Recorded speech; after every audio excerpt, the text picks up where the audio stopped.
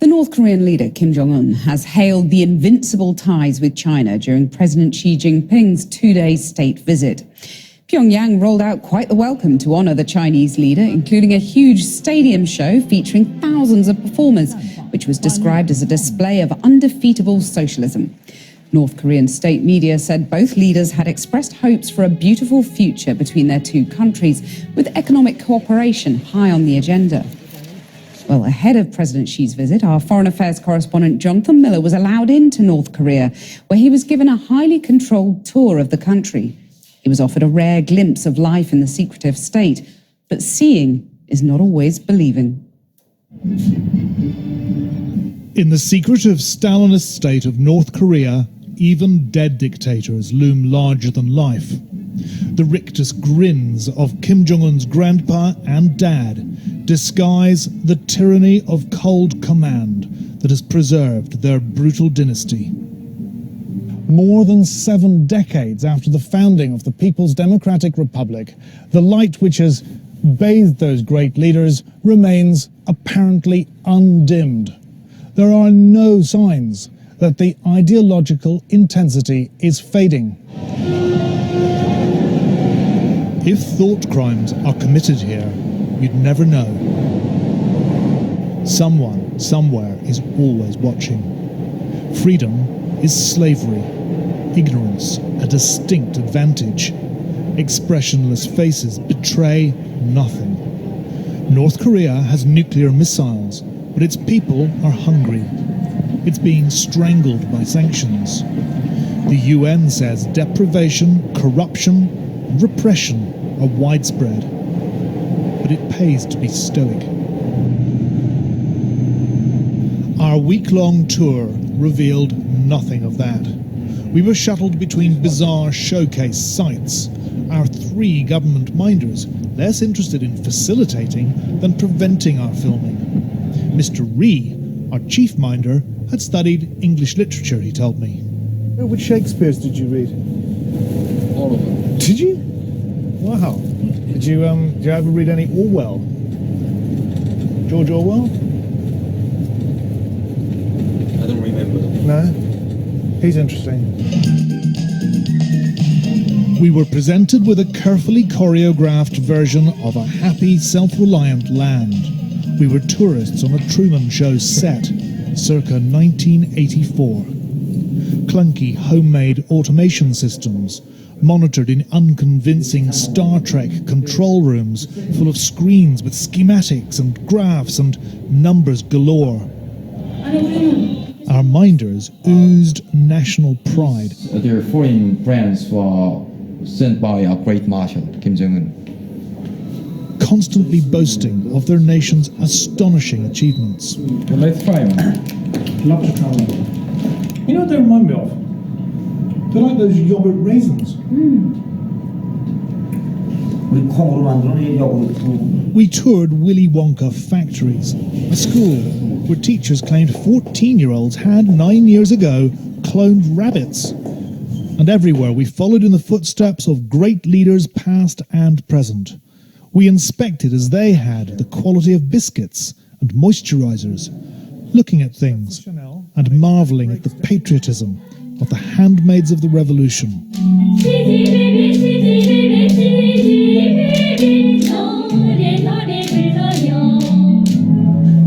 In a teacher training college, a sort of funky digital sandpit, apparently soon to be rolled out nationwide. Next, a dystopian Disneyland digital classroom in a country where most people don't even have electricity. Hello?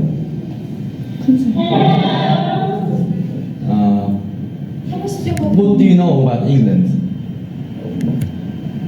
England is in Europe. They clearly hadn't heard of Brexit. From the top of the Tower of Juche, named after the state ideology of self-reliance, you see the bigger picture. Down there, that's where the ballistic missiles are paraded past the young dictator. Fear of nuclear apocalypse won him 2 summits with Donald Trump. But they haven't cut a deal. And what the regime brands barbaric, inhumane sanctions continue to bite. At first glance, Pyongyang's a modern-looking city, but that space-age pyramid hotel languishes unfinished 3 decades after construction first began, a monumental waste of money. The pastel apartment blocks are, on closer inspection, crumbling, a metaphor for the economy. But that's not how the party paints it. The reason we have such success in economic development under such severe sanctions is thanks to self-reliance and self-sufficiency. We could move even faster if we weren't under sanctions, but why should we have to wait until they're lifted? It's just 130 miles across the peninsula west to east, but the road's so bad it took 5 hours. Every year, city people head to the fields to help farmers plant rice. They are volunteers, we were told, in the spirit of unity and self-reliance. We've been brought here to witness this juche in action. There are haunting visual echoes of Khmer Rouge Cambodia, but the parallel ends there. This is no Maoist agrarian revolution intent on revisiting year zero. The economic blockade has stoked a stubborn national defiance. The regime sticking 2 fingers up at the outside world and going it alone. Our visit to a collective farm afforded the only unscripted encounter we had in a week, although one of our 3 minders was over my shoulder, translating, watching and listening. Do you have plenty to eat, no problem with food supply in the village? 식량은 모자르지 않습니까? 농장에서. 아닙니다. 배고를 받습니다. We have enough supplies from government. Because I heard that in your country, people are short of food. There's not enough food. Is this a problem for you? 아닙니다. Not true. You've got plenty to eat. Our farm. Your farm is doing okay. Good, good. And when you work, do you draw strength from the words of the great leader, Marshal Kim Jong-un? 경야는 모신 그 조남을 생각할 때는 힘이 생깁니다. Making great Marshal Kim happy is priority number 1.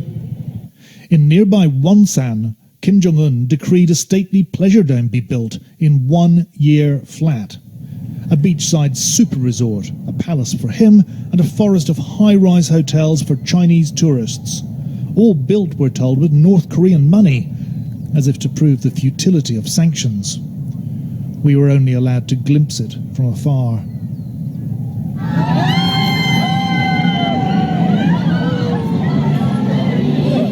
Our last stop was a Pyongyang fun fair, perhaps to show us that in a land where drab lives are dictated to at every level, ordinary people do have fun. No one here wanted to talk, except, reluctantly, our chief minder. Was any of what we'd seen, I asked him, real? I will leave the answer to the audience. I mean, every people can judge by themselves what they have seen. But one thing for sure I'd like to say, the singing is believing. We feel so proud of having Marshal Kim Jong-un as the respected supreme leader of DPRK. And we have 100% trust in him, and I'm sure that he will lead our country to the most powerful and great country of the world. The next morning, we flew out of Pyongyang, leaving behind a country we weren't sure we'd actually even been to. Dispatched by our minders, news police from the Ministry of Love.